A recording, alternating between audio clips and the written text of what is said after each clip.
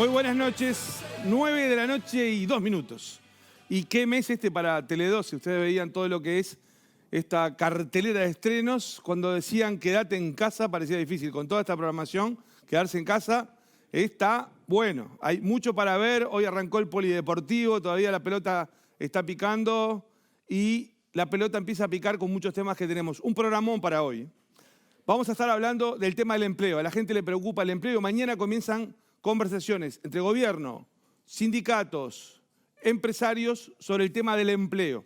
Vamos a estar tratándolo con uno de los invitados esta noche. Vamos a estar hablando de qué pasó con Talvi y cómo sigue el Partido Colorado y cómo sigue la coalición. Vamos a estar hablando sobre la propuesta de Manini Ríos y Cabildo Abierto. Y un senador dice hay que levantar el secreto, hay que ver qué dicen aquellas actas secretas que están guardadas hace tanto tiempo sobre el crimen de Michelini y Gutiérrez Ruiz. ¿Quieren saber qué dicen esas actas? Se lo vamos a estar contando con lujo de detalles.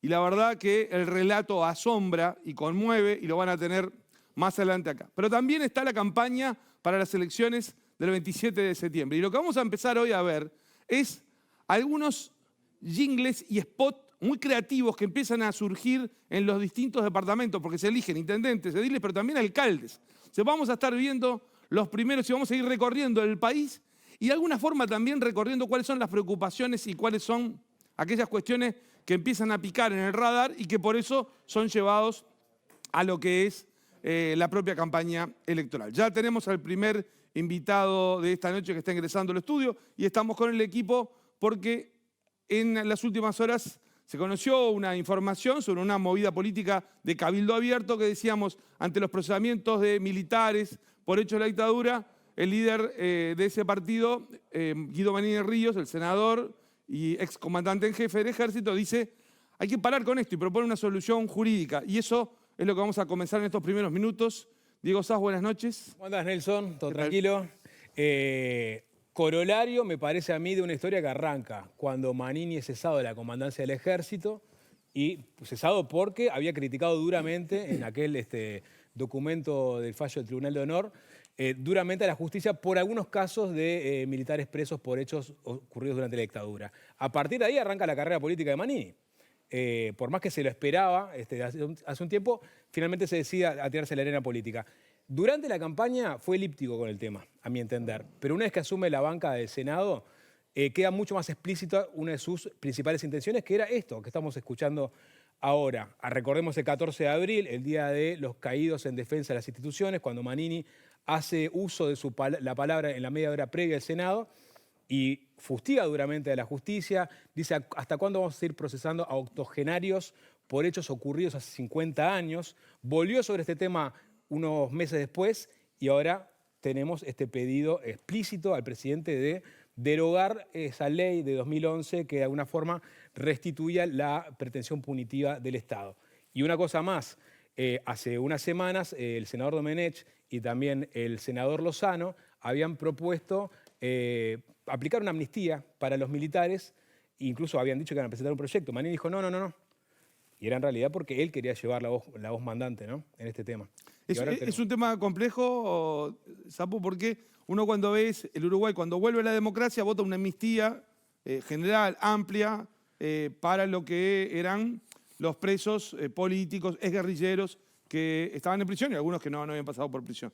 Con el tema de los militares hay un desfasaje, después viene aquella famosa ley de caducidad y después todo lo que ocurrió de cómo se pudieron replantear pese a eso, de que era ratificada, que era derogada, que era cuestionada, que era declarada inconstitucional después de haber sido declarada constitucional primero. Entonces los juicios empezaron y esta semana, como les habíamos anunciado el domingo pasado, se dieron procesamientos. No se dieron lo que les habíamos dicho por un recurso de inconstitucionalidad de la defensa que posterga lo que parece un fallo bastante claro. Leo Jabarcón.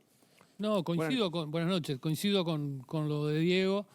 Creo que Manini sincera el discurso de Cabildo Abierto, ¿no? Lo que se quiere es que se vuelva a una ley que garantice que no haya más presos militares. Es decir, creo que se le dio muchas vueltas al asunto, muchas críticas a los jueces.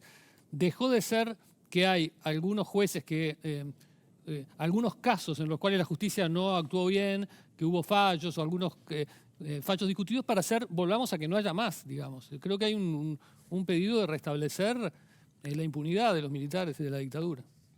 Juanchi. Buen día para todos. Noches. Buenas noches. Buenas noches. Ahora sí. Sí, no arranque con buenos días. Ya que arranca me trae con un buenos recuerdo. días. Yo te digo. Ah, bien, viene para largo esto. Dale, contexto. Estamos de día todavía, Ay, ¿no? sí, dale. No, que esto genera mucha incomodidad en la coalición.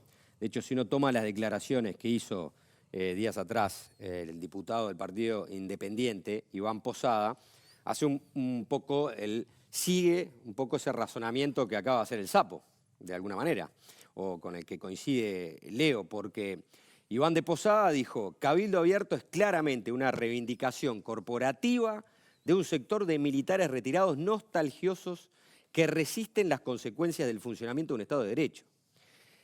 Y dice que esto debe ser reprobado por todos los partidos políticos porque es inadmisible que se cuestione a la justicia de nuestro país, cosa que él entiende las figuras más relevantes de Cabildo Abierto vienen haciendo una y otra vez.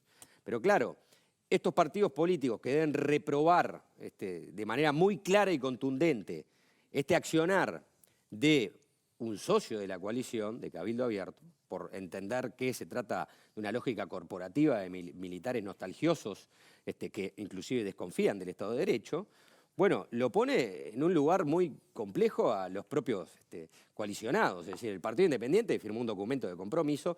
Claro que está esa explicación de que la coalición funciona de manera radial, ¿no? El enlace siempre es la calle Pou y la calle Pou contacta... En contactos bilaterales con nosotros. Pero no deja de ser una coalición que firmó un compromiso y estos partidos que firmaron un compromiso, bueno, el único diputado del Partido Independiente cuestiona de manera durísima estas demandas de Cabildo Abierto por, de alguna manera, como decía Leonardo, restablecer la impunidad, ¿no? Partido Superchi, Sí, buenas noches. Buenas noches. Hay que ver también la posición formal que toman los partidos que integran la coalición, más allá de que este tema no está dentro de lo que es el acuerdo. El acuerdo que asumieron.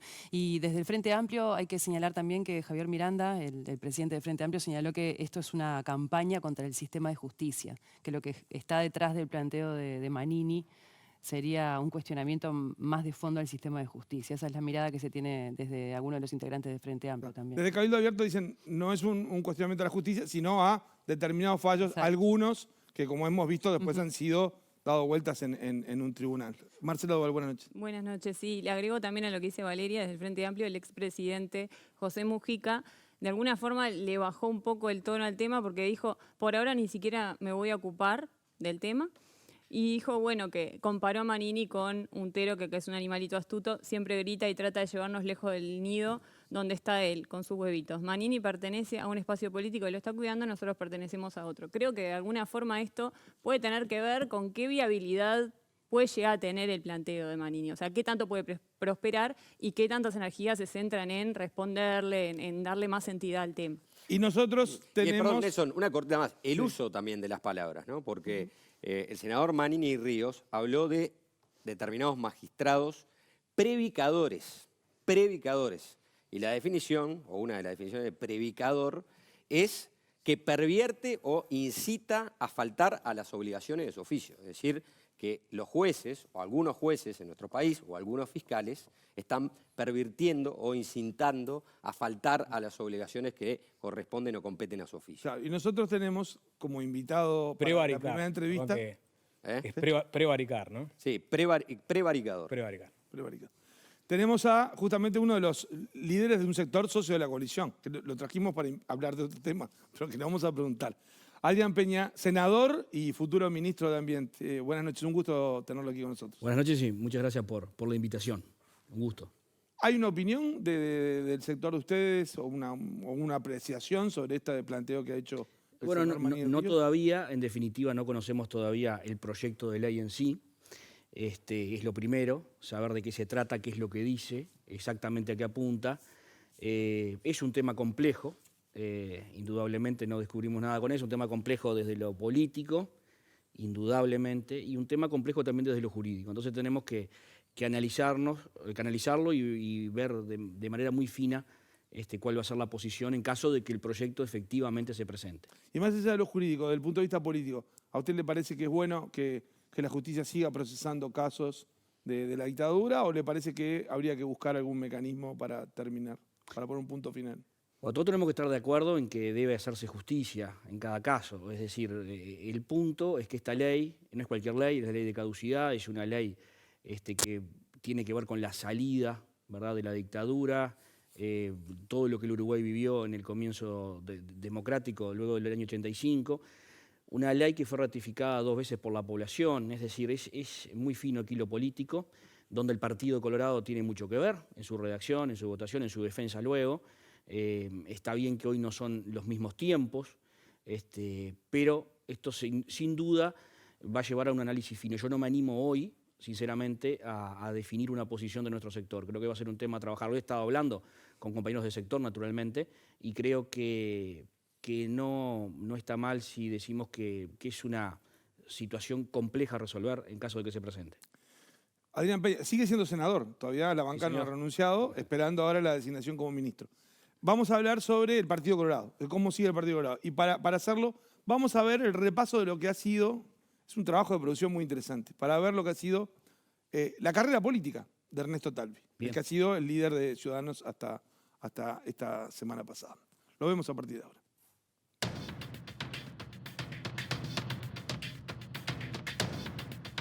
Estoy empezando el proyecto más complejo de mi vida a los 62 años, cuando ya tendría que estar en teoría pensando en retirarme.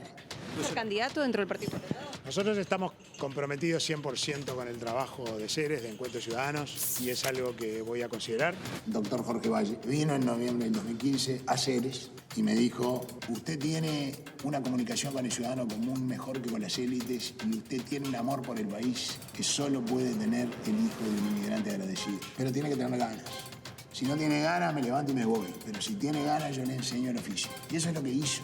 Yo en algún momento le dije, mirá, nosotros no tenemos un candidato, de repente podemos eventualmente apoyarte. No vamos a nacer de un acuerdo político, no vamos a nacer de un acuerdo de cúpula, no vamos a heredar un aparato político existente, vamos a crear uno propio. Procuré apoyar a Talvi, darle un apoyo sin ninguna condición, bueno, es notorio que no lo quiso. Si el doctor Sanguinetti cambió de opinión y decidió volver a la política activa, está todo su derecho, pero que no nos use de pretexto. Me pasé meses hablando, tratando de convencerlo. Tengo admiración por la capacidad del doctor Sanguinetti, pero una cosa es Sanguinetti y otra el sanguinetismo. Sanguinetti sí, el sanguinetismo no. Sanguinetti y la calle Pou fueron convocados para un debate en el semanario Búsqueda y al finalizar, el líder colorado dijo que había sido una charla de un expresidente con un prepresidente. El doctor Sanguinetti oficializó su apoyo al senador Lacalle Pou y lo ungió como presidente. Dio el partido por perdido antes de jugarlo. ¿Cómo se le gana una interna a Sanguinetti? Creo que le vamos a ganar Sanguinetti en los descuentos con gol de cabeza y en el área. Sanguinetti va a ganar seguro. Me dicen que hasta los micrófonos se enmudecieron. En los descuentos con gol de cabeza y en el área chica. Estamos enormemente orgullosos del candidato que tenemos.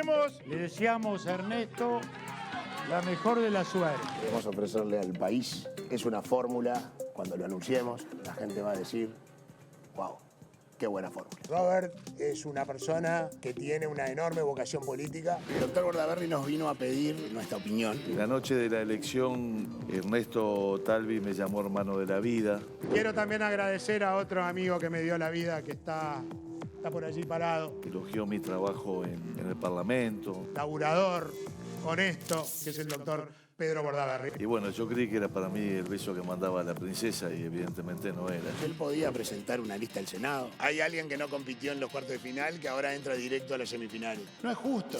Yo soy quien soy. Yo creo en lo que creo. Fui construyendo mi diario a lo largo del tiempo. Así nos presentamos a la ciudadanía. Esto es lo que somos. El cálculo de Talvi fue por otro lado. Es hacia la izquierda, hacia la izquierda, hacia la izquierda. Y es hacia lo nuevo. Lo viejo es Sanguinetti. O lo viejo es Pedro Bordaberry. Ojalá gane el Frente Amplio y que tengan que arreglar el lío que van a dejar ellos. Si no, tenemos que venir siempre nosotros a arreglar los entuertos. Entonces, claro, mirá, los partidos tradicionales. La gente con el tema del debate sintió que yo me había mostrado una faceta mía que hasta ese momento no había mostrado, que me había enojado, que estaba protestando. Aquí estamos los que tenemos que estar o no hay ninguno. Lo que no puede ser es que haya dos que se fleche la cancha. La Calle y Martínez se cocinaron esto entre ellos. Cuando esto termine, doctor, quiero pedirle que asuma la conducción del partido. Pero nunca hemos rehuido un combate, y más cuando me lo piden con tanto cariño y sentido de pertenencia, de convicción, de amor al país. Esa es la batalla. Convocamos a nuestros votantes a respaldar la candidatura del doctor Lacalle Pou. Y siempre una llamada en la noche, una llamada en la mañana, un abrazo de por medio. Allí estuvo el camino común con Ernesto Talvi, candidato del Partido Colorado, que le pido que suba. Firma ahora el señor ministro de Relaciones Exteriores, Ernesto Talvi. Me honra asumir la responsabilidad de planificar, dirigir y ejecutar nada menos que la política exterior. Este compromiso nos enorgullece y nos obliga a estar a la altura de nuestras mejores tradiciones. Todavía nos faltan unos cuantos compatriotas. Estamos recuperando la conectividad con Europa. No se imagina cuántos de los australianos y neozelandeses que llegaron nos hicieron llegar agradecimientos personales. Gracias a todos, gracias. A veces nos quedamos varados un día porque se posterga un vuelo y sentimos la angustia de no poder volver a casa. Estas personas hace muchos días que están sin saber si van a poder volver a casa. Bueno, el Uruguay se hace cargo de su gente. Somos un país único. Las fricciones de Talvi en la interna del gobierno comenzaron antes de asumir. El actual canciller hace meses que no habla con el expresidente Julio María Sanguinetti, a quien se enfrentó por varios de los cargos propuestos por su sector vallistas. El caso emblemático fue el de Julio Luis Sanguinetti, hijo del exmandatario. El canciller se negó a que ocupara un cargo dentro de Relaciones Exteriores. A mí lo que me preguntaron, si estábamos considerando su nombre para las comisiones binacionales, y dije que no. Julio Luis Sanguinetti calificó a Ernesto Talvi como petizo acomplejado. Le dijo que no haberlo designado le generará consecuencias en la carrera política. En una entrevista con El Observador, Talvi dijo que en su actual rol de canciller no iba a utilizar la palabra dictadura para referirse a Venezuela. Nosotros decimos que en Venezuela no hay democracia, que en Venezuela se violan sistemáticamente los derechos humanos. También quedó como rezongo lo que dijo el secretario de la Presidencia. El presidente de la República ha sido muy claro en ese sentido de siempre, del 1 de marzo, que entiende cuando no hay respeto por los derechos humanos y cuando no hay democracia, es una dictadura. Mire, ¿sabe lo que me dijo el presidente cuando hablamos en esta reunión privada sobre el tema Venezuela? Dijo, mira, Ernesto, los dos pensamos lo mismo sobre Venezuela. Yo puedo decir cosas que vos no podés. Seguí haciendo tu trabajo, hacé lo que necesites para lograr lo que estamos tratando de lograr. El ministro de Relaciones Exteriores habló conmigo ya hace una semana y 3 días, me dijo cuál era su visión política y personal. Fue Ernesto Talvi el que le propuso al presidente dejar su cargo como canciller. Yo en este momento, digamos, estoy jugando de puntero izquierdo. Necesito jugar el rol de entrenador, de capitán del equipo. Vamos a presentar una diplomacia 5.0. No importa quién esté, lo que importa es el concepto. En lo que refiere a la diplomacia 5.0, al trabajo, descubrimos que muchos, si no todos, ya se estaban realizando, con mejores recursos humanos que los que se planteaban. Ernesto Talvi ha informado que deja la política. Ernesto, ¿estás desencantado con la política?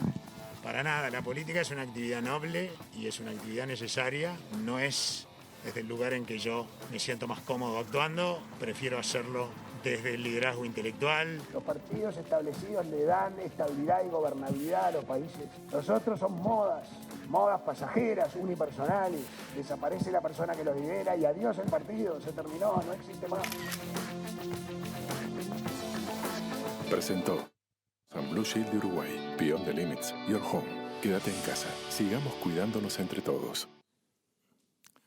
Ustedes veían en un recuadro chico, aparecía la imagen del senador Adrián Peña.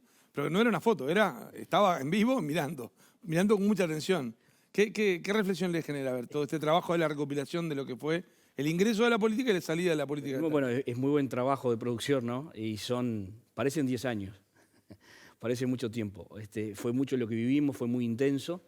Fue una experiencia en lo personal fantástica la construcción de este nuevo sector político. Y bueno, como sabés, estuve desde el comienzo, desde antes de que surgiera. Hemos puesto muchas horas de nuestra vida. A veces bromeamos con Ernesto que dice, te vas a morir 10 años antes por el proyecto Ciudadanos. Armó la red en todo el país. Muy satisfecho con lo que logramos en todo este tiempo. Qué dramático, con lo que Ernesto ¿no? ha hecho. Qué dramático las cosas que dicen, ¿no? Porque, ¿Por qué? Pues sufrieron mucho, porque 10 morirse 10 años No, antes. porque es muy intensa la actividad política y siempre bromeamos con eso, ¿no? Como demostración del esfuerzo y las ganas que le hemos puesto a todo esto, ¿no? Porque, en definitiva, la actividad política es una actividad a la que uno se entrega de cuerpo entero y eso supone un montón de renuncias y bueno, yo siento que ha valido la pena, sinceramente. Peña, estando Ciudadanos tan identificado, ¿no? con la figura y la impronta de Talvi, me pregunto cuál es el futuro que tiene Ciudadanos, sobre todo con el tema del liderazgo, porque no es algo que se puede imponer, el liderazgo, y sobre todo en un sector que estaba tan identificado con su figura. ¿Cómo se sigue con esto? Bueno, es todo un desafío, indudablemente, es el desafío que tenemos ahora, en el que estamos. Tenemos en el cortísimo plazo un desafío bien importante, que son las elecciones departamentales. Estamos en pleno proceso electoral, eso es una dificultad adicional a lo que estamos viviendo. Luego comienza un periodo que comenzamos el sábado que viene de reorganización del sector, donde vamos a conformar las autoridades, donde vamos a trabajar desde una visión mucho más colectiva, ¿verdad? Con una fuerte apuesta al orgánico, lo institucional, y a trabajar en los diferentes lugares donde Ciudadanos está. Está en el Parlamento, está en el Gobierno Nacional, está en diferentes ámbitos. Hay cientos de personas en todo el país vinculadas a nuestro sector y hay un sentido de pertenencia muy profundo, ¿no? Que se ha mantenido. En estos días hemos comprobado que ninguno de los referentes de Ciudadanos ha dejado el sector, ninguno de los candidatos a la Intendencia ni ninguna de las listas a la Junta Departamental se han bajado. Hemos tenido una serie de reuniones con los referentes de todo el país y han afianzado, digamos, la pertenencia al sector. Sin duda que llegará en algún momento el tiempo de las candidaturas, el tiempo de los liderazgos. No es este tiempo, no es este momento y afortunadamente estamos muy lejos de ese tiempo. Eso se verá. Pero más allá de lo que queremos nosotros es salvar el proyecto. Sí, pero más allá de las candidaturas, Peña... El proyecto fue concebido siempre como un proyecto colectivo y de largo alcance. Entonces, acá hay mucha gente que vino, que Ernesto entusiasmó, que vino a trabajar, que vino incluso de fuera del partido de Colorado y toda esa gente se queda, toda esa gente está. Entonces, entiendo que esto es un desafío y entiendo que no es lo más común en la vida política nacional, pero vamos a hacer el esfuerzo por trascender, digamos, al líder político. Si bien Ernesto no se va de Ciudadanos, si bien Ernesto queda trabajando en Ciudadanos, como lo anunció desde el lado técnico, desde el respaldo al tema de las ideas y el frente de la fundación que Ciudadanos ya tiene. ¿El rumbo se le va a seguir marcando Talvi en los hechos? El rumbo político no, Sí un apoyo en materia de ideas, en materia de respaldo técnico y de coordinación a todas las personas que estamos trabajando en roles bien importantes por el sector. Peña, algunas personas entienden que Ciudadanos derrotó en las urnas a Sanguinetti, lo hizo en la interna, pero que en el terreno de lo político Sanguinetti fue de alguna manera el ganador. En el sentido, por ejemplo, que cuando chocó con Talvi por el cargo que pudiera ocupar, el cargo público que pudiera ocupar su hijo, Julio Luis Sanguinetti, bueno, de alguna manera Talvi logró bloquear la designación de Julio Luis Sanguinetti en la Comisión Administradora del Río Uruguay, en la CARU, que es dependiente de la Cancillería, pero no que formara parte del directorio de UTE. Ellos entienden que en ese teje y maneje de la política, el sanguinetismo, como decía Talvi, se volvió a imponer y se impuso de una manera donde el resto de socios de la coalición, y en este caso el presidente de la calle o los blancos, entendieron de que Julio Luis Sanguinetti iba a ir al directorio de UTE y bueno, y eso no lo iban a parar, aunque Talvi no quisiera, ¿no? Bueno, ¿ustedes cómo lo sienten cuando es o esta la conclusión a la que llegan algunas personas? Bueno, creo que no es así, pero por varias razones. Acá hay varios temas. Arrancando por lo último, la designación en la UTE de Julio Luis responde a una designación de su sector, ¿no? Cuando nosotros, todas las posiciones y los diferentes organismos públicos se adjudican por cociente decreciente, al partido le tocan determinadas posiciones y luego hacia la interna del partido lo dividimos también por cociente decreciente de votos. Cada sector tiene sus posiciones y designa a sus hombres para esas posiciones. El sector Vallistas designó a Julio Luis para ese lugar en la UTE. Allí nada tenía que ver Ciudadanos, ¿verdad? ¿Qué pasa? Nosotros sí logramos una muy buena performance electoral, creo que renovamos efectivamente el partido. Hoy somos la mayoría en el órgano de decisión, que es el Comité Ejecutivo Nacional, también en el máximo órgano, que es la Convención, y en un momento Ernesto decide, ¿verdad?, cede la Secretaría General al presidente Sanguinetti. Bueno, esa fue una decisión que en su momento tomó en aras de la unidad. Usted no estuvo de acuerdo con esa decisión, ¿no? Yo no estuve de acuerdo, es verdad, pero no por Sanguinetti. Yo no estaba de acuerdo porque me parecía que era el momento de encarar una transformación profunda en el partido. Sanguinetti es muy importante, es muy importante. Yo a veces se lo digo a él, es decir, es demasiado trascendente dentro del partido, 2 veces presidente, es una institución viviente dentro del partido y está haciendo una tarea muy importante, pero muy importante, que tiene que ver con el relato histórico, sobre todo el pasado reciente. Y es muy necesario dentro del partido, es un rol muy importante que está llevando adelante. Pero a mí me parecía que para la conducción ejecutiva era bueno encarar unos cambios dentro del partido. Era simplemente esa mi visión, que no tiene nada que ver con mi opinión y mi valoración sobre el presidente Sanguinetti. Senador, tengo una pregunta más. Pero esa fue una decisión tomada y luego, en realidad, en los hechos, el partido viene trabajando en clave de unidad. No hay nada que decida Sanguinetti en la que no charlemos, en la que no consulte. Yo creo que lo viene haciendo bien. Estamos conformes desde el punto de vista institucional con cómo el partido se viene manejando. Entonces, en los hechos, hoy ustedes lo saben, desde ese punto de vista el partido no tiene diferencias, existe una unidad de cuerpo real, no solo en la vida orgánica, sino también en la toma de decisiones, por ejemplo, en lo que ha sido la ley de urgente consideración. El partido, como tal, viene trabajando bien y lo está conduciendo Sanguinetti tras la decisión de Ernesto en su momento. Senador, una breve pregunta antes de la pregunta de Marcela. Sí. Usted dice Julio Luis Sanguinetti a UTE, bueno, era la representación política. Todos los cargos, el de la Comisión del Río de la Plata, también una representación política. ¿Estuvo de acuerdo en que Talvi vetara a Sanguinetti, Julio Luis Sanguinetti, para ese cargo? Porque era una definición de Ballista que... Fue una decisión de Ernesto y son la... ¿Usted hubiese tomado esa decisión? No, yo no era canciller ni... No tuve que tomar la decisión, o sea, es contrafáctico, no me tocaba a mí. Digo porque es lo mismo que UTE, ¿no? Para que la gente entienda, es un cargo político. En este caso lo tenía que designar el canciller. Sí, pero por una distribución política. Sí, por distribución política, pero designado por el canciller. Él no le dijo el argumento que tenía para decir Julio Luis Sanguinetti, no, porque en el fondo queda una sombra de duda, ¿no? ¿Por qué lo veta? ¿Porque no le gusta la cara? ¿Porque duda de algo? Bueno, Ernesto lo planteó públicamente en su momento, porque le parecía que en la Cancillería y con el sistema que él venía aplicando para la designación de los cargos, a él le parecía que no debía designar a alguien porque era pariente de. Esa fue la explicación que Ernesto dio. Era dirigente de Ballistas, ¿no? Bueno, pero eso es lo que dijo Talvi. Lo que dijo Ernesto. Peña, uno de los temas que le mencionaba recién Juanchi era que Ciudadanos estaba, o en su caso, estaba en contra de que Sanguinetti fuera designado secretario general del partido. Esa sería como una diferencia la que marca Ciudadanos con Talvi a la interna. Otra fue en la aceptar el cargo de canciller. Esa fue otra de las inquietudes que manifestó el sector. Preferían que asumiera su banca como senador. ¿Cuál les parece que...? No exactamente. Algunos de nosotros preferíamos que él no fuera canciller, que estuviese en el Senado liderando el sector, y otros compañeros opinaban que era mejor sí que ocupara un rol en el Ejecutivo. En definitiva, nadie tenía la razón, porque en los días que Ernesto estuvo, en los 4 meses que estuvo al frente de la Cancillería, Ernesto se destacó y se fue siendo el mejor ministro evaluado por la ciudadanía. Quiere decir que tenía las aptitudes y supo demostrar estar a la altura con una capacidad de gestión que todos pudimos ver.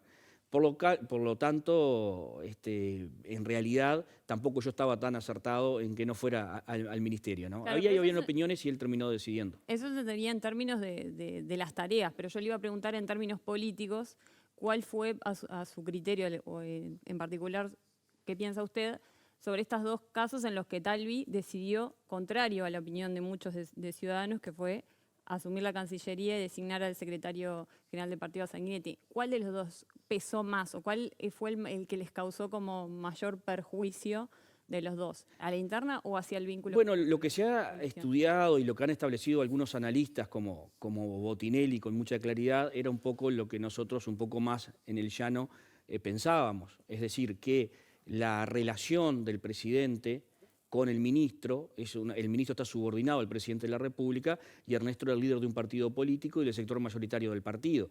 Eso, en términos de relacionamiento político, por ahí no es una situación ideal y podría generar algún tipo de conflictos, ¿no? Porque eso es un doble rol el que le tocaba ocupar a Ernesto. Entonces, teniendo eso en cuenta, podría pasar que no fuese el mejor escenario y por eso era nuestro planteo y así un poco se ha analizado también por especialistas en la materia. Yo creo que algo de eso pudo haber. Peña, usted hablaba de la gente que se entusiasmó con Talvi. Yo tengo un amigo de esos. Y está doblemente... Pasame el celular. No, pero le hago la pregunta que él le quiere hacer. Está doblemente dolido. Dolido con Talvi, que se fue, pero está dolido con usted y con los otros referentes de Ciudadanos. ¿Conmigo también? Sí, porque él dice que ustedes han tenido una aceptación muy... aceptaron lisa y llanamente que Talvi diera un paso atrás. ¿No? Dice, mientras se están haciendo gestiones por Bordaberry, el Partido Colorado, otra gente, acá Talvi dijo, me voy, y todos dijeron, bueno, se va. Aceptaron. El único que dijo que lo quería intentar convencer fue Uriarte, por lo menos públicamente. Exacto. Que dijo que iba a intentar. Así que este entusiasmado está enojado con Uriarte Talvi que y con es ustedes, blanco, ¿no? el único que hizo una movida es blanco. No el único que hizo una movida, perdón. Nosotros, imagínense ustedes, nosotros no estamos nada felices de que Ernesto deje la política. Y precisamente hemos sido nosotros los principales afectados, digamos, desde el punto de vista de nuestro sentimiento, ¿no? De nuestra pertenencia y de nuestro vínculo estrecho con él. Es una situación no deseable, no es lo que queremos. Entonces, los televidentes pueden dar por descontado que hicimos los máximos esfuerzos para que Ernesto repensara su posición. Pero esto viene luego de mucho tiempo, y le soy honesto, hace una semana, el viernes, la otra semana, cuando Ernesto me lo plantea, mano a mano, luego de analizar los diferentes sucesos políticos y cómo se venían dando las cosas, en un momento yo vi que era una decisión firme, determinada y sin marcha atrás. Al punto que incluso yo le hice el planteo de hacerlo después de septiembre, después de las elecciones departamentales, pero ni siquiera insistí mucho en eso porque vi que la decisión estaba tomada y que no tenía vuelta. Y dejar una puertita abierta para decir, bueno, en algún momento puedo hacer algo, tampoco, no.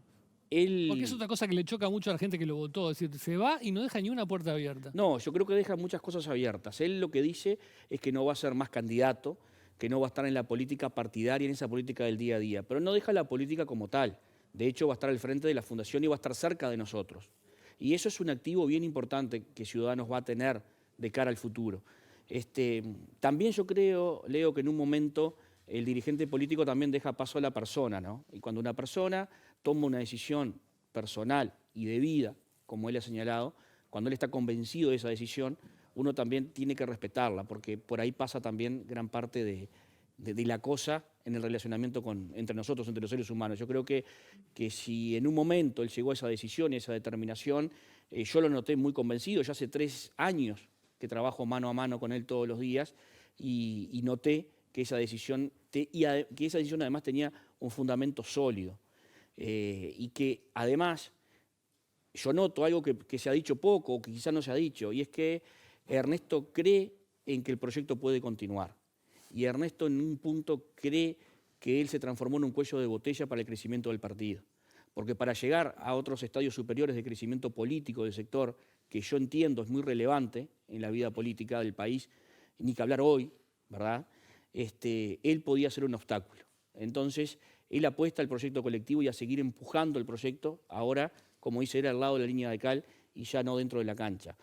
Creo que es un acto de enorme generosidad, porque detrás de Ernesto viene mucha gente y cualquiera de esas personas que están ocupando lugares y que tienen espacio dentro de Ciudadanos, mañana podrá encabezar, cualquiera.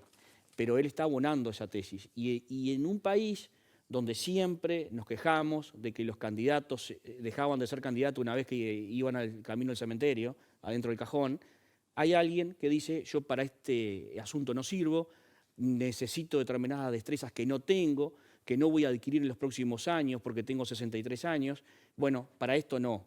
Yo les estoy trancando el crecimiento del sector. Sigamos trabajando, sigamos potenciando pero yo no Hubo puedo estar en este 300.000 rol. personas que entendieron que servía para eso, ¿no? Y Lo en- esas son las que están ahora diciendo, Lo bueno, Talvi entiendo, no dejó colgado. lo entiendo perfectamente, lo entiendo perfectamente. Peña, Nosotros vamos a trabajar, a ver, Ciudadanos se formó en torno a determinados principios, a determinadas ideas, a determinada forma de hacer política.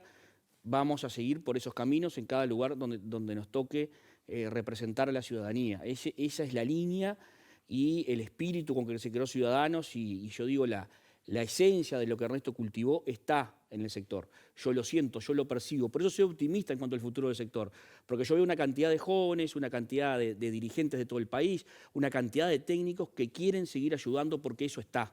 O sea, cuando el perfume es bueno, la esencia es buena y eso queda. Eso no se va. Y Peña, está- una está- cosa, para cerrar entonces, Tal dice que era un cuello de botella para el crecimiento del sector. No es que lo diga, O- yo bueno, advierto que él puede pensar eso. Sí, pero ¿y Peña está dispuesto a liderar el sector? O sea, ¿quiere liderar el sector más allá de que después se defina orgánicamente? No, ¿Se siente ese- capacitado o no? A ver, ese no es mi rol hoy. Bueno, pero ¿le gustaría eventualmente si...? Bueno, eso lo determinará el tiempo.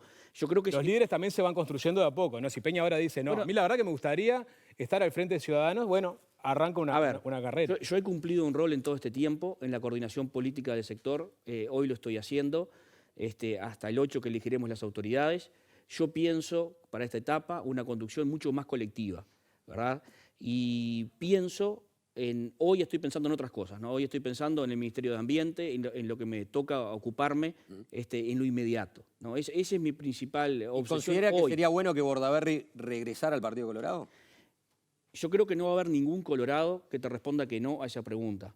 Es decir, Pedro fue alguien que se fue con altísima aprobación, que ha hecho una gran gestión. Ya le dijeron que no. Dos colorados muy grandes No. dijeron que no. En un momento A ver, dijeron que no, ¿no? Tal y Sanguinetti dijeron... Pero ahora Sanguinetti cambió porque dijo, ojalá retornara Pedro Bordaberry a la política, con un brazo menos, porque Bordaberry dijo que- Sanguinetti dice lo mismo que he dicho yo y que han dicho otros compañeros del partido. Si Pedro Bordaberry viene al Partido Colorado es algo positivo. Y no solo Pedro, otra gente. Nosotros necesitamos muchos más brazos. El partido tiene que crecer, el partido está en una instancia, me parece a mí que es un punto de inflexión. Yo advierto que es una gran oportunidad para el Partido Colorado, una gran oportunidad por el rol que ocupa dentro del gobierno nacional. Me parece que tiene una oportunidad, que tiene chances de recambio. Y bueno, si Pedro viniera, sería muy oportuno. Quizá a veces se hacen unas traslaciones medias raras. Sí, Es no- decir, yo no digo que venga a liderar Ciudadanos, yo digo que venga al Partido Colorado, ¿no? Que es lo mismo que dice Sanguinetti, que venga al partido.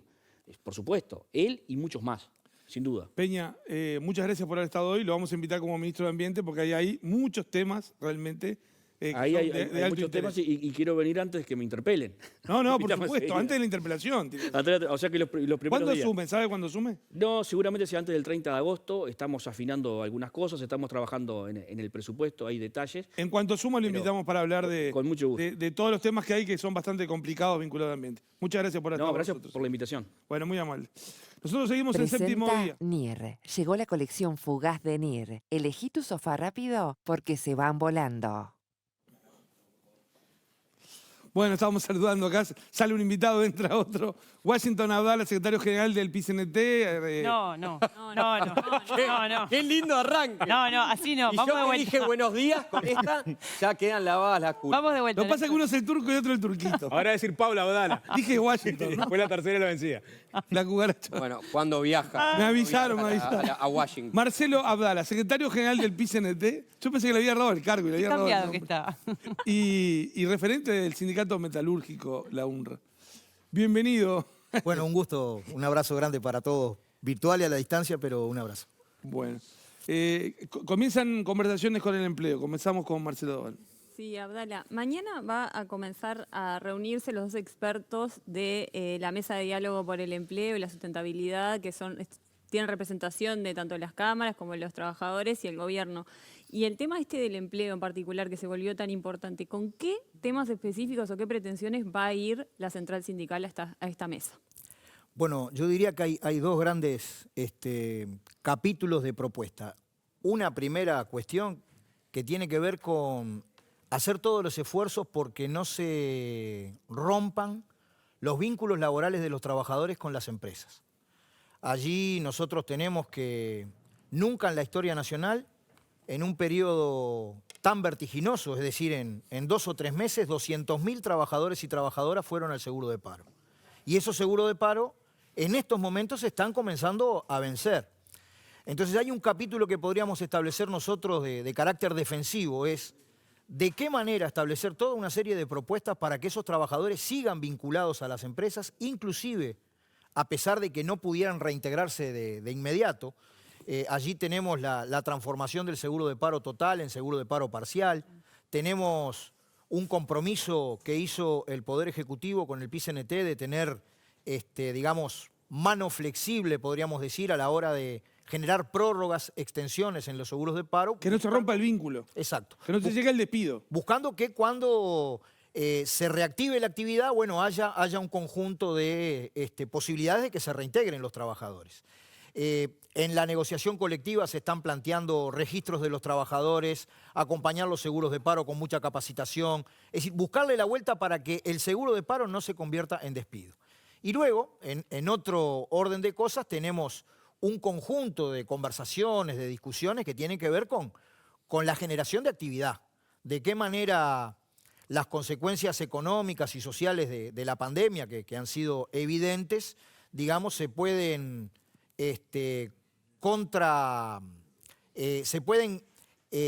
desarrollar una serie de propuestas que ayuden a elevar la actividad de las empresas, especialmente las pequeñas y medianas, y eso que tenga que ver con el reintegro de la gente, ¿no? Abdala, ¿cómo anda? Tengo 2 preguntas musicales para hacerle hoy, o vinculadas con la música para disparar una respuesta. En el carnaval pasado, una de las canciones que más impuso fue la de Los Pasteles, Vamos a la Plaza, ¿no? Vamos a la plaza para dar batalla, si la cosa estalla, estaremos a la talla. Y de hecho ya sí utilizada en algunas marchas esta canción. Y le pregunto en qué momento estamos. ¿Estamos en el momento en que la cosa estalla? ¿Estamos en el momento que van a ir a la plaza? ¿O todavía tiene un margen este gobierno para evitar que sucedan manifestaciones masivas? Bueno, manifestaciones masivas en Uruguay han habido en todas las circunstancias políticas, inclusive en la dictadura, salvo cuando la gente tenía que actuar en la más oscura clandestinidad, pero en Uruguay es muy difícil que se desarrolle un estallido social al estilo chileno por la fuerza de las organizaciones sociales y también la fuerza del sistema político. Es decir, aquí hay mucho más de movilización y negociación y de negociación y movilización, pero yo creo que el menú requiere de las dos cosas, mucho diálogo, mucha negociación y también en la situación del país, cualquiera que sostenga, digamos, que el movimiento obrero no va a estar efectivamente y de manera continua atento a seguir la realidad, movilizado y en la calle, se equivoca profundamente, ¿no? Sin ir más lejos, en estos escasos 4 o 5 meses hubieron enormes movilizaciones. El 1 de mayo en Uruguay fue el 1 de mayo más grande del mundo en términos no solamente relativos con respecto a la población, sino en términos absolutos. Se encontró la vuelta en medio de la pandemia para seguir defendiendo verdad y justicia, un 20 de mayo que fue enorme. El 4 de junio, con todos los cuidados sanitarios, fue una movilización bien importante. Es decir, creo que se puede desarrollar participación democrática, movilización del movimiento obrero, debate y negociación en el mismo esquema, ¿no? Abdala, la discusión ahora en el Secretariado Ejecutivo del PIT-CNT parece estar muy vinculada a la propuesta del sindicato ANCAP de juntar firmas para derogar algunos artículos de la ley de urgente consideración. Ahí hay un entendido de que eso puede ser muy difícil, puede tener determinados costos políticos, ¿no? Para el PIT-CNT no juntar las firmas, que eso fortalezca al gobierno, al presidente, que todavía tiene una buena imagen según las encuestas, pero también costos económicos, es decir, hay que movilizarse para juntar las firmas. Entonces en el PIT-CNT hay quienes entienden que, bueno, hay que dar la batalla, sí, y otros entienden que no hay que dar la batalla. La pregunta es, ¿cuáles serían los artículos que se pretenden derogar, en tal caso juntar firmas para derogarlo, y cuál es su posición al respecto de ir a dar esta batalla o no darla? Bueno, en torno a los artículos, en este mismo momento hay un proceso que viene desarrollando, entre otros, nuestro Instituto Cuesta Duarte, subrayando lo que pueda considerarse en una opinión en general negativa con respecto a lo que fue la ley de urgente consideración, hoy ley aprobada en el Parlamento, y que yo personalmente podría destacar determinados recortes en las garantías individuales, retrocesos en lo que tiene que ver con la autonomía de la educación, retrocesos en lo que tiene que ver con la participación de los trabajadores en distintos ámbitos de la gestión, especialmente una concepción que da por tierra con toda una tradición jurídica nacional, que es el llamado indubio pro operario, es decir, que en un conflicto laboral, en general el trabajador se considera que es la parte más débil, me refiero a las restricciones a los derechos a la movilización y a la huelga, pero se está estudiando en estos momentos cuáles son las peores cuestiones. Pero, ¿Y dónde ver restricciones mi opinión a la huelga, personal? restricciones a la huelga, lo que hay restricciones es al piquete y a la ocupación, ¿no? A la huelga. Porque el Poder Ejecutivo, con tal de no reconocer, hasta ni siquiera por la negativa, digamos, que la ocupación puede ser una modalidad de la huelga, ubicó en el artículo que las huelgas, una cosa que no tiene nada que ver con los principios de la OIT, porque la OIT nunca se plantea la cuestión de la huelga pacífica, se sobreentiende que la huelga es pacífica. Lo que habla que debe ser pacífica es una ocupación del lugar de trabajo. Entonces, en realidad, con respecto el artículo que nosotros cuestionamos está referido directamente a la huelga y especialmente al piquete, que nosotros hemos tenido una práctica de desarrollar movilizaciones que ni siquiera muchas veces llegan a interrumpir la circulación, porque la gente si tiene que difundir un problema, un conflicto, reparte volantes, obviamente se enlentece el tránsito, pero no se corta y hay, desde nuestra perspectiva, un criterio restrictivo. Leo. Pero yendo a la pregunta, Sí. mi opinión personal es que hay que abrir en el movimiento sindical un debate de todas las condiciones, las circunstancias, que mire al detalle el impacto en la práctica que podría tener la ley de urgente consideración, que sea muy abierto, muy de escuchar, muy en consulta también con todas las organizaciones sociales, nosotros estamos en la intersocial, y que efectivamente ubique una contribución de las organizaciones sociales, del campo popular. No interesa si se juntan las firmas o no, y por tanto, si en definitiva el debate se da, pero que haya un debate informado sobre la ley de urgente consideración, yo en principio O sea, que sería... juntar firmas ahora a usted no le convence demasiado. Yo sería, hay un año, ¿no?, desde que se promulgó la ley, yo sería partidario Sí, de... pero en un año para llegar hay que empezar ahora. Hay que moverse. Si no arranca ahora, No sé, depende, ¿no? Depende de la cantidad de esfuerzos, de la militancia, de cuántas organizaciones o no. Yo sería partidario de ir al referéndum, ¿no? En principio, pero también tengo las orejas muy abiertas a las distintas opiniones que, como tú decís, es verdad, existen en el movimiento sindical y en las organizaciones sociales en general también, ¿no?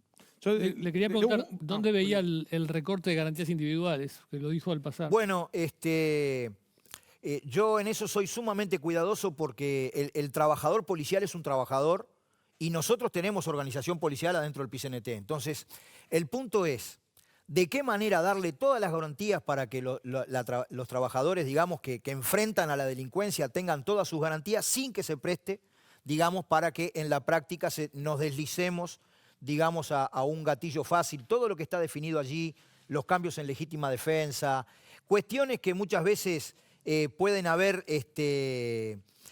sesgos que en definitiva inhiban garantías individuales, nosotros los vemos con preocupación. Pero los sindicatos policiales lo ven a favor, digamos. Sí, lo sé, y ellos son parte de nuestro movimiento sindical, por eso yo digo, cómo mantener un equilibrio entre darle todas las garantías a un trabajo que es clave para la sociedad, con el hecho de que no se preste para abusos, que los han habido también, ¿no? Valeria.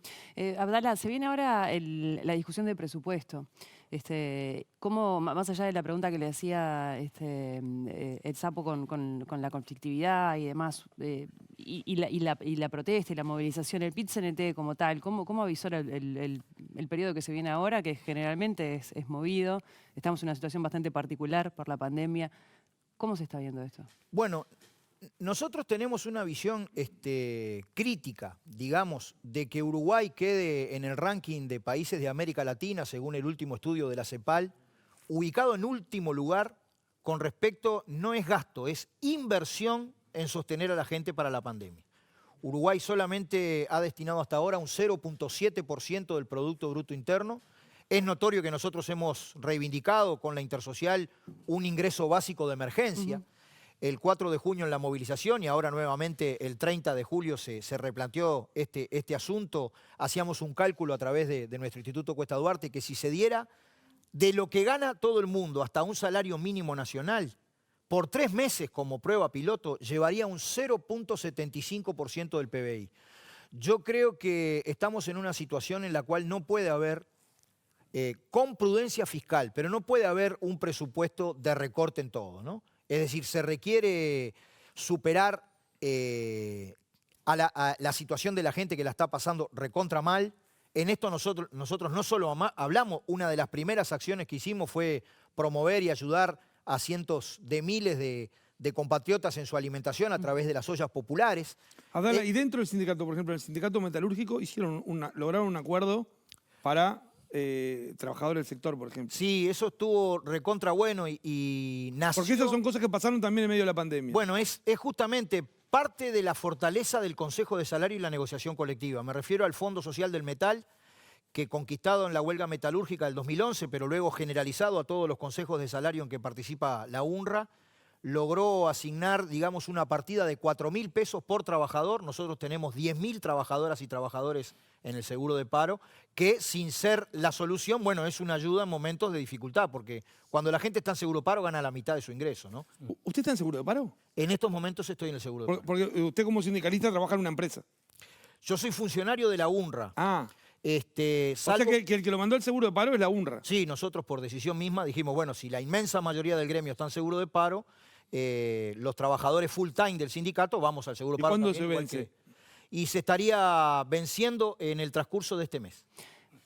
Abdala, también hice una changa en una empresa importante de la industria naval, que para mí fue una experiencia muy, muy interesante porque un astillero importante, un dique de reparación naval, que justo estaba trabajando ahí cuando empezó la pandemia y ahí me cortaron porque seguro, en la medida que se cortó la circulación de barcos en el mundo, también se cortó la reparación naval, ¿no?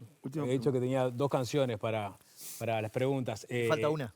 Metalúrgico soy, reclamo un techo y una ciencia que vele por mi vida. Estamos hablando de... Pecho de fierro. Cacho la bandera. Cacho la bandera y Pecho de Fierro. Pecho de Fierro después la inmortalizó en la nueva generación. Yo soy del rock, vos sos del folclore. Pero... Yo soy de rock, pero también me gusta el folclore. ¿Qué música le gusta? Me gusta mucha música, toda de raíz afro. Me gusta el rock and roll, me gusta el metal y no por mi condición de metalúrgico. El metal. Me gusta, Sería muy me gusta temático, también la salsa, me gusta el reggae. Hoy como en Tele2 se están dando el cantando, hoy vamos a terminar el programa cantando y bailando. Le quería preguntar justamente, ¿no? Sobre Reclamo un Techo. Está pasando por un momento muy jodido su rubro. Con respecto al futuro, está la obra de UPM por delante. ¿Eso puede ser a revitalizar un poco al sector o es una crisis que no está dando respiro? Bueno, esperemos que sí.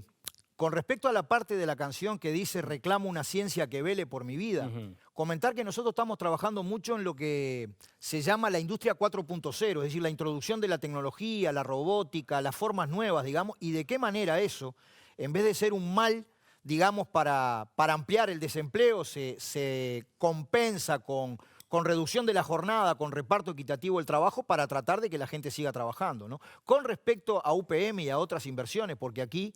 Por eso yo hablaba del presupuesto en este sentido. Se requiere mucha inversión. Sin inversión no hay trabajo. Nosotros hemos levantado una bandera que es que estas inversiones importantes se conecten con el armado de redes de proveedores nacionales, en particular industriales, que generen trabajo a los efectos de los insumos que luego se convierten en la inversión. Así que ese es uno de los aspectos centrales. Compras públicas para el desarrollo, proveedores nacionales, de qué manera se estimula desde la oferta y desde la demanda la creación de trabajo, que para nosotros es clave, digamos, una sociedad. Lo de la renta básica, por ahora nosotros lo planteamos como una cuestión de transición. Hay toda una discusión. La discusión básica sobre el empleo. Ahí va. Para nosotros el centro es el trabajo, porque el trabajo genera no solamente ingresos, genera inclusión, genera socialización.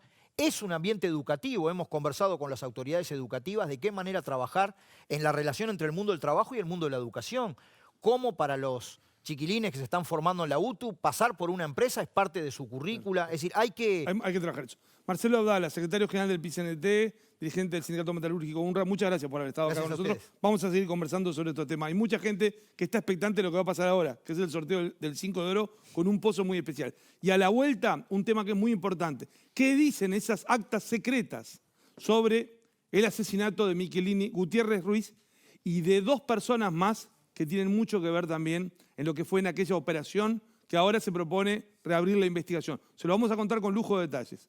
Breve pausa, 5 de oro y volvemos con más Séptimo Día, puro periodismo. Resfrío, malestar, congestión nasal, decaimiento. Tómate un Biogrip a tiempo. Pioneros en el desarrollo de completas fórmulas antigripales que alivian todos los síntomas de la gripe. Calma el dolor, baja la fiebre, reanima y descongestiona. Biogrip y chao gripe. Llegó la colección Fugaz Anir y se van volando. Podés llevar un sofá como este por 27.880 pesos hasta en 12 cuotas sin recargo. Elegí el color y tamaño ideal para vos antes que se agoten. Elegí el tuyo en nier.com.uy. 10:15 de la noche, estamos en vivo en la tele. Estamos con Séptimo Día, les habíamos anunciado. Mientras el sector Cabildo Abierto, el partido Cabildo Abierto propone revisar el tema de las leyes derogatorias de la ley de caducidad, por otro lado, el senador Jorge Gandini del Movimiento por la Patria, que tuvieron la reunión ayer con dirigentes de todo el país, propone reabrir el caso Michelini Gutiérrez Ruiz, asesinato de junio de 1976. Y habla de reabrir las actas secretas. ¿Qué dicen esas actas? Las estuvo leyendo desde que tuvo este anuncio. Leo Hargon estuvo leyendo que consiguió estas actas que son de la comisión investigadora de cuando volvió la democracia. Leo. Sí, en el Parlamento entre mayo del 85 y abril del 86 se creó una comisión para tratar de esclarecer, es decir, una función más bien judicial, pero el Parlamento la hizo, quién había matado a Michelini y Gutiérrez Ruiz.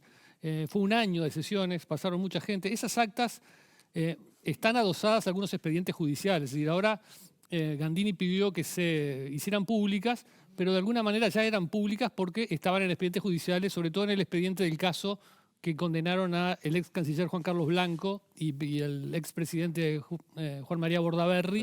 Claro. Leo Gandini dice que eran secretas porque la investigación fue secreta y al terminar quedó secreto. El tema es que después en la justicia se dieron algunos expedientes, pero bueno, no es público para la gente. Claro, ¿no? la gente Acá estamos viendo algunas imágenes de lo que dicen esas actas que fueron declaradas secretas, ¿no? Exacto.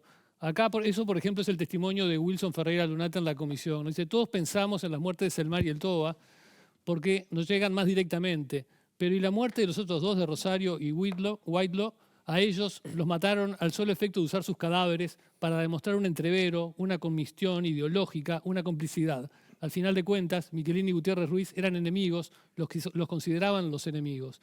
Estos otros 2 son asesinados al solo efecto de apuntalar un argumento. Todo eso es tremendo. Estamos hablando de... ¿A qué se refiere Wilson? Se refiere a esto. Los cadáveres de Selmar Michelini y Héctor Gutiérrez Ruiz aparecieron con otros 2 cadáveres que se habla mucho menos, Rosario Barredo y William Whitelaw. Los mataron a los 4. ¿Por qué mataron a Barredo y a Whitelaw? ¿Por qué juntos, además? ¿Por qué aparecieron juntos? Porque eran 2 integrantes del MLN que hace un tiempo atrás habían renunciado al MLN. Había un grupo, luego de la derrota militar de los Tupamaros, un grupo bastante importante hizo una autocrítica y dijo, bueno, la guerrilla llegó hasta acá, fracasamos, perdimos, hay que hacer un partido político, hay que dejar las armas, en el exilio, ¿no? Porque ya estaban, en este caso, en Buenos Aires. Y empezaron a trabajar en ese sentido. Entonces los matan y los ponen junto a Michelini y Gutiérrez Ruiz y dejan unos volantes haciendo creer que los había matado el MLN con el apoyo del ERP argentino por traidores, es decir, bueno, y dejan unos volantes que dicen a todos los traidores a la causa revolucionaria les va a pasar esto. Claro. Es decir, hasta ahí los mataron hay gratis. la explicación de por qué aparecen los 4. El tema es quién hizo esa operación, quién mató. Bueno, ahí va. Pero bueno, a lo que se refiere Wilson ahí es qué siniestro los tipos que hicieron todo esto, que estos asesinos, ya de por sí, obviamente son asesinos, pero matar a 2 personas gratuitamente solo para fingir una cosa que se cayó enseguida. Era evidente que no era ese el motivo del crimen. ¿Quién los mató? Esa es la pregunta y eso es lo que la comisión trató de develar. Y la comisión venía recogiendo muchos testimonios, algunos en sentido de represores muy conocidos que vamos a llegar al final, hasta que de repente apareció una testigo inesperada que era una enfermera llamada Aide Trías, que declara esto. A fines de mayo del 76, Juliana de Sarro, persona de mi conocimiento y amistad, me llamó por teléfono para citarme al apartamento del teniente coronel Roberto Alberto Matos, el burro, cito en Positos. El nombre está mal, no es Carlos Alberto, sino es ahora Ahí dice Pedro. Roberto o Alberto. Sí, es Pedro Matos. Pedro Matos. Sí, allí el oficial, ahí está un poco cortado, me recibe, pienso, y estaba con una pistola en la mano. Juliana me dijo que Matos, su compañero, estaba desequilibrado, muy nervioso y en tratamiento médico porque había asesinado al senador Michelini. Después el teniente coronel Matos me dijo que estaba mal porque era amigo de Selmar Michelini y lo había matado, que le habían ofertado una importante suma de dinero en dólares para ejecutarlo, con lo cual pagó cuentas y compró una casa para su madre, que Mato había ido a Buenos Aires con Cordero a buscar a Selmar Michelini para matarlo, lo fue a buscar donde lo tenían secuestrado, salieron juntos, conversaron, tomaron copas y después lo mató de un balazo en la cabeza, luego de decirle que quedaba libre. Estaban dentro de un automóvil. Esto es la copia del acta donde está la declaración de Aide Trías. Que fue y dijo esto. Que dijo esto. Esto provocó una enorme conmoción en la comisión, que aparte no venía para ese lado, no tenían este dato. Por supuesto que lo que pasó luego fueron dos cosas. Perdona, Leo, conmoción en la comisión, pero la gente, el público... Era secreto. No sabíamos nada, porque Claro, era secreto. Era secreto. Lo que hizo la comisión fue citar a Juliana de Sarro, en realidad el apellido se escribe separado, Juliana de Sarro, y fue a la comisión y negó todo, ¿no? La declaración de Sarro, que tenía una relación sentimental con Matos, fue negar todo, ¿no? Decir que todo esto no había pasado. ¿Qué pasa ahí? Todo eso se filtra, todo esto que era secreto para darle garantías a la gente que declaraba, se filtra y lo publica el diario El País. Lo publica en una sección que llamaba El Duende de la Trastienda, el periodista Daniel Herrera Lucich, el Pingo Herrera, publica todo esto y eso provoca no sé, una conmoción política porque alguien lo había filtrado y hace que la comisión caiga. Es decir, finalmente, al no haber garantías, la comisión deja de funcionar después de un año.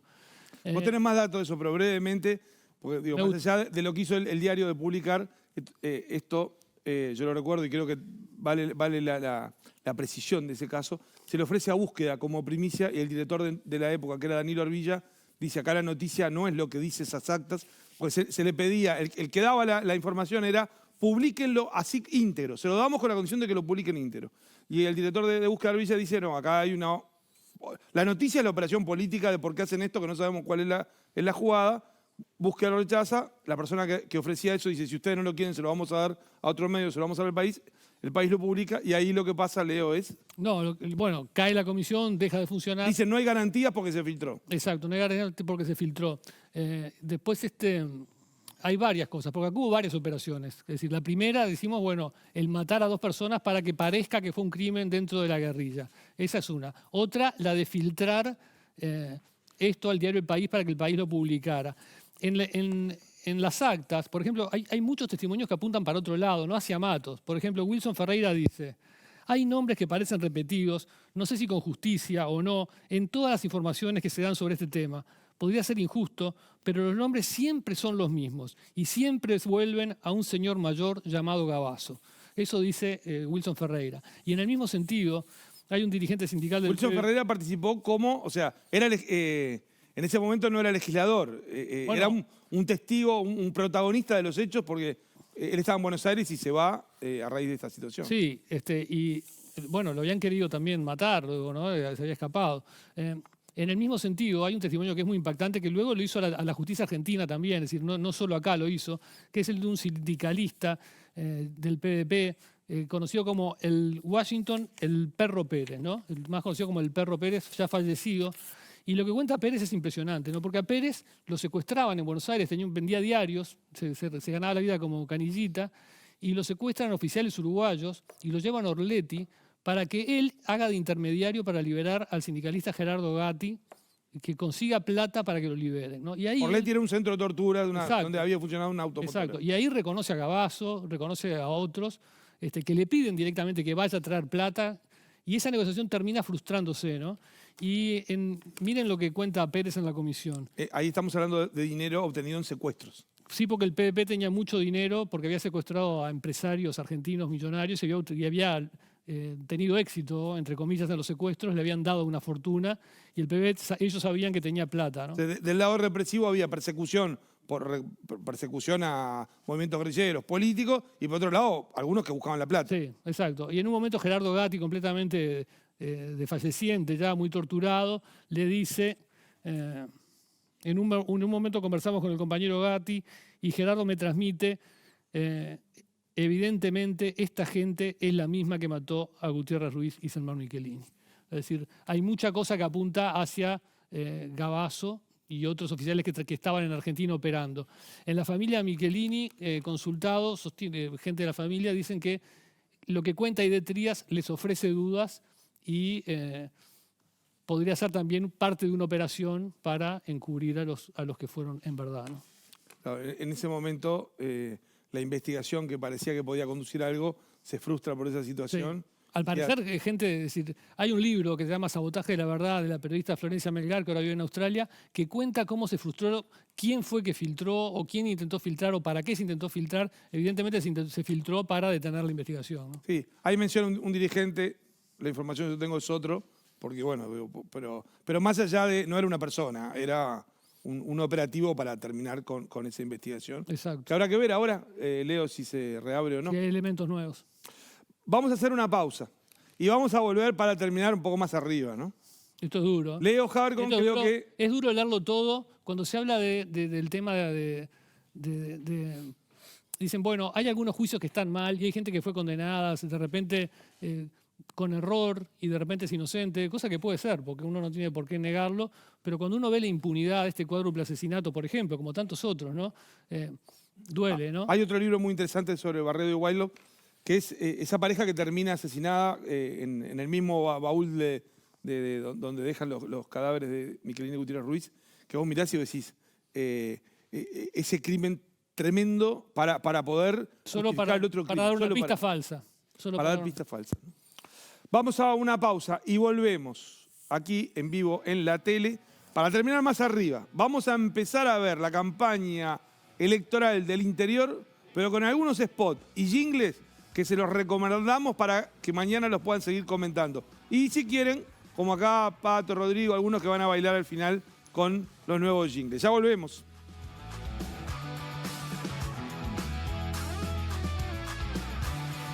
DAV con cuarto de crema humectante limpia efectivamente la suciedad y remueve los gérmenes.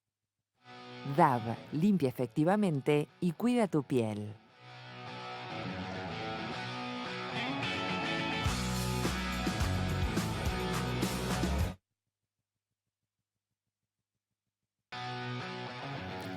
Son las 10:30 de la noche, pasa un minuto a las 10:30. Estamos en vivo en la tele, en Séptimo Día, Puro Periodismo, la campaña electoral hacia las elecciones del 27 de septiembre. Y vamos a empezar a recorrer el país con algunos departamentos y algunos jingles. Y lo vamos a ver desde ese lado de cómo se vive y cómo se siente en distintos rincones del país. Con publicidades muy creativas, muy llamativas, que ustedes después empiezan a ver, que empiezan a circular por redes. Pero vamos a ver con el equipo algunas que hemos seleccionado para hoy. A lo largo de acá de la campaña vamos a seguir. Y vamos a comenzar con una figura que era senadora, que ahora es candidata a intendente por su departamento, candidata a intendenta por La Valleja, por el sector 404, el sector del presidente de la República, Carol Aviaga.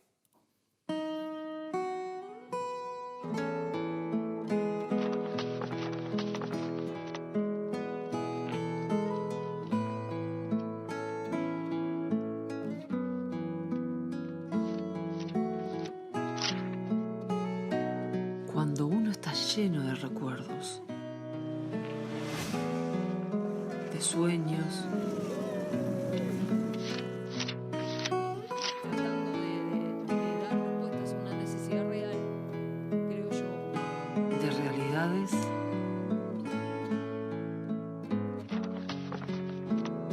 y ha llegado la hora de cumplirlos.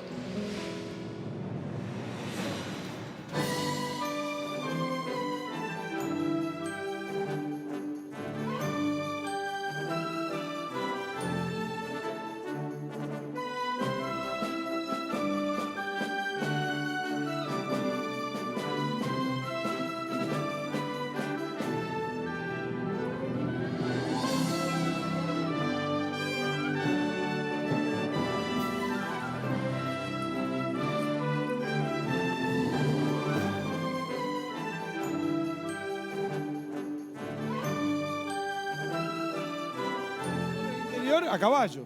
Gran chaparral. ¿Qué imagen te da? A mí me disparó la película de Historia sin fin al principio y después Atrelius, aquel caballo que se termina ahogando en el barro. Pero en este caso sobrevive. Hay una lluvia de corazones ahí en un momento, ¿no? Un puñado. A mí me pasó más como a Leo. Me quedé buscando a los hermanos Cartwright. A Jos Cartwright. Y a Ben Cartwright. Sí. Padre de familia, el pater familia. Sí. Están hablando de Bonanza. No te hagas el joven. Es un homenaje a Bonanza, ¿no? ¿Vieron que cuando sale a cabalgar van apareciendo los nombres de las localidades de La Valleja? Pero Ahora, perdón, la música es Muy Bonanza, pero emotivo, también ¿no? muy de una marca de cigarrillos muy famosa. Sí. No, faltó el Puchito todavía ahí, al final. Me pareció que decía Minas, Mariscala, La Ponderosa también decía. sí. Aparecía Valle en un momento, fue la localidad de Valle, ¿no? Pero obviamente el Partido Nacional, La Valleja, donde el Partido Nacional es favorito, no quiere decir que Carol Aviaga sea la favorita, pero el Partido Nacional es favorito para retener esa intendencia. Nos vamos a Cerro Largo. Cerro Largo siempre La de Aviaga fue la más tranquila de todas. fue la más tranquila. Ahora, Vamos a ver cuál le gusta más, pero viene vean esta, que esta es muy especial porque viene de Cerro Largo. Cerro Largo, la política se vive muy especial. Y esta es el jingle, el spot de un candidato de edil, Eduardo Yáñez, que apoya a Pablo Duarte. Pablo Duarte, muchos dicen que es el candidato favorito de Botana. Hay otro candidato, Yurramendi. Es de la lista 39. Vamos a verlo. Aquí vamos recorriendo los caminos de nuestro departamento en busca de la gente de la 39 que acompaña a Pablo Duarte a la intendencia. Y la ciudad, soy hijo de Cerro Largo, hermano de todo un pueblo y quiero seguir haciendo todos unidos a trabajar para que Cerro Largo siga siendo Cerro Largo. ¡Hola, paisano! Tenemos un gran equipo. ¿Cómo le va? Para que Cerro Largo siga siendo Cerro Largo. ¡Muchas gracias! Papelito, Pablo Duarte, intendente. Buena gente, gente común. Se nos vienen las elecciones y uno se va a sentir como un superhéroe. Siga siendo Cerro Largo. Vamos todos con Pablo, todos unidos. Por todos y para todos, Pablo Duarte, intendente. Intendente. Vecinos, aquí yo vengo a cumplir con este sueño, el sueño que es de todos, el del campo y la ciudad. Soy hijo de Cerro Largo, hermano de todo un pueblo y quiero seguir haciendo Con los pies sobre la tierra, para que no sea solo una fantasía, sino una realidad. Pablo Duarte, intendente, con la 39 nomás. Es un grito de guerra, ¿no? Ahora, Merenga. esta es difícil de superar, ¿no? ¿Para Porque qué voy a rolar? trabajó gente de cómics, ¿no? Haciendo el superhéroe en Alpargatas. es muy bueno. Con la camiseta de Cerro Largo, aparte, ¿no? Hay que ver Firmada por los jugadores. Sí, Hay que eso ver te en iba a qué decir club con la firma, canábico ¿no? está Sí. anotado el guionista, ¿no?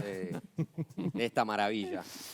Ciertos problemas de sonido, es verdad. Entraba un poco el viento. No, no se Está- fijen está los muy bien detalles. hecho. No la tire abajo por los Bueno, detalles. Está muy bien hecho. Yo tengo que marcar algunos problemas que vi. Me pareció una genialidad absoluta, Totalmente. ¿no? Creo que de alguna manera, si Botal Maneco fue un antes y un después en la historia de los jingles políticos, Orientales. sí, y aparte hechos con poco dinero y con mucha Juanchi, creatividad. este que viste ahora Sí. es uno de una serie de 10 spots. No, ya sé, pero por eso, pone la vara. Muy arriba. Y bueno, sí, porque vuela. O sea que la pone muy arriba. Yo Parece cuando- que- ¿Cómo se animan al humor? Mucho más de lo que Sí. acá en Montevideo nos animamos. Y la a campaña tiene que tener eso, porque la Es campaña es una alucinante. fiesta. Tiene que- bárbaro. A mí me gustaría el yo miraba y yo decía, volará. El éxito Sí. del marketing. Tienen menos prurito de lo que tenemos acá para El detrás de escena de ese clip me encantaría, ¿no? A ver efectivamente cómo lograron El que efecto. volara. Dice que lo llevaban arriba en un auto, ¿no? ¿Cómo lograron ese efecto? Bueno, hablamos de baile. Vamos a bailar. Ahora sí. Fue alcalde, va por la reelección. Hablamos con él recién, porque aparte tratamos de chequear, porque muchas veces pueden estar, viste que alguno lo agarra, le cambia imágenes. No, o que algún seguidor agarra el tema de la campaña y le pone otras imágenes. Jorge Colina, candidato a alcalde por Sarandí del G.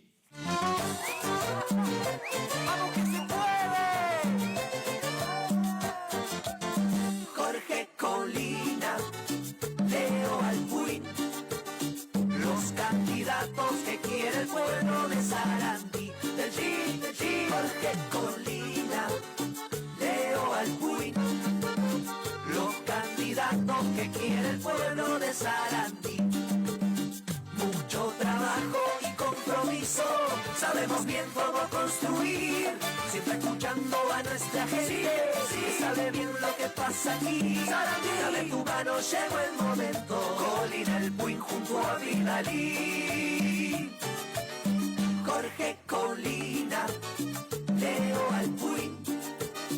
Los candidatos que quiere el pueblo de Sarandí.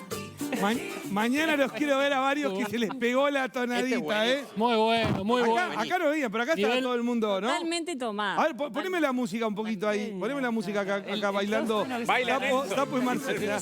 Baila Nelson. Es muy pegadito. Baila Nelson al 2020. Es muy pegadito. Es muy pegadito. Es muy bueno. Muy bueno, muy bueno. Lo que me gusta mucho es el Sarandí del G. Del G. Y vamos al último.